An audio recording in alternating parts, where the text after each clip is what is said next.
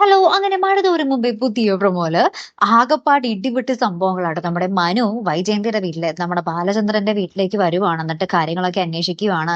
അപ്പൊ നമ്മുടെ ബബിത മനുവിനോട് പറയുന്നുണ്ട്, അമ്മ ഇടയ്ക്ക് ചൊറിഞ്ഞ് അച്ഛന്റെന്ന് കുറെ കുത്തൊക്കെ ഇടയ്ക്ക് മേടിക്കാറുണ്ട്. അതിന്റെ ക്ഷീണം കഴിയുമ്പോൾ അമ്മ വീണ്ടും കുത്തും എന്നൊക്കെ ഇങ്ങനെ പറയുന്നൊക്കെ ഉണ്ട് ട്ടോ.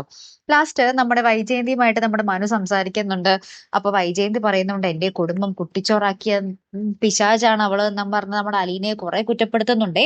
അതിനുശേഷം അവളോട് ഞാൻ ഒരിക്കലും ക്ഷമിക്കത്തില്ല എന്നൊക്കെ പറയുകയാണ്. അപ്പൊ നമ്മുടെ മനു പെട്ടെന്ന് ഇങ്ങനെ പറയുന്നുണ്ട്, ആന്റീനെ പറ്റി അറിയാവുന്ന ഒരു ബോംബ് എന്റെ കയ്യിലുണ്ട്. ആന്റിയുടെ ഒരു പാസ്റ്റ് എനിക്കറിയാം എന്ന് പറയണം. അപ്പൊ തന്നെ നമ്മുടെ വൈജയന്തി ഒന്ന് പതറുന്നുണ്ടേ. എന്റെ എന്ത് പാസ്റ്റ് അറിയാന്നാ നീ പറയുന്നേ? നീ എന്തോ കുത്തിയാണല്ലോ പറയുന്നേ? എന്താടാ പറയ് എന്നൊക്കെ കുറെ ചോദിക്കുന്നുണ്ട്. അപ്പൊ മനു പ്രത്യേകിച്ചൊന്നും പറയുന്നില്ല കേട്ടോ. മനു ഒരാക്കി ചിരിയിരിക്കുന്നുള്ളേ. അപ്പൊ വൈജയന്തിക്ക് മനസ്സിലായി സംതിങ് റോങ് ഉണ്ടെന്ന്.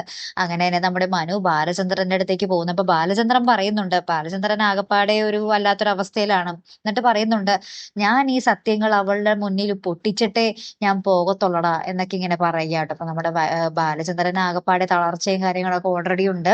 ഇനി എന്തൊക്കെ സംഭവിക്കും എന്നുള്ളത് കണ്ടു തന്നെ അറിയണം കേട്ടോ. കാത്തിരിക്കാം. അപ്പൊ അടുത്തൊരു വീഡിയോയുമായി വരുന്നത് വരയ്ക്കും ഗുഡ് ബൈ.